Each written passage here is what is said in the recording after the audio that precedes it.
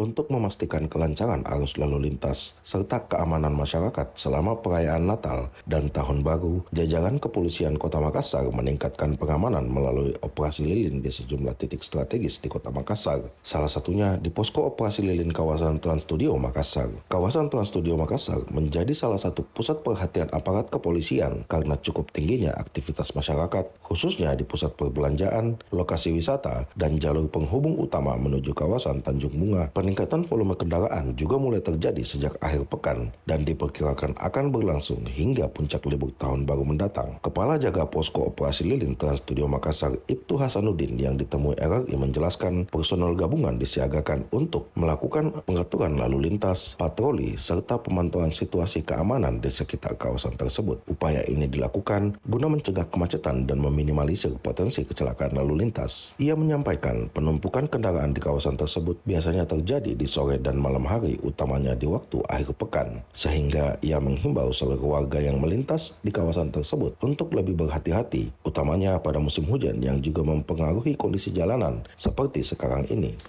Kita menghimbau para pengemudi atau pemakai jalan raya agar tetap berhati-hati dan tidak terjadi namanya balapan liar. Ya. Tentu saja kita sebagai anggota kepolisian selalu mengingatkan agar tetap berhati-hati, apalagi musim hujan biasanya terjadi genangan, makanya dihimbau kepada masyarakat agar tetap berhati-hati dalam mengemudi kendaraannya.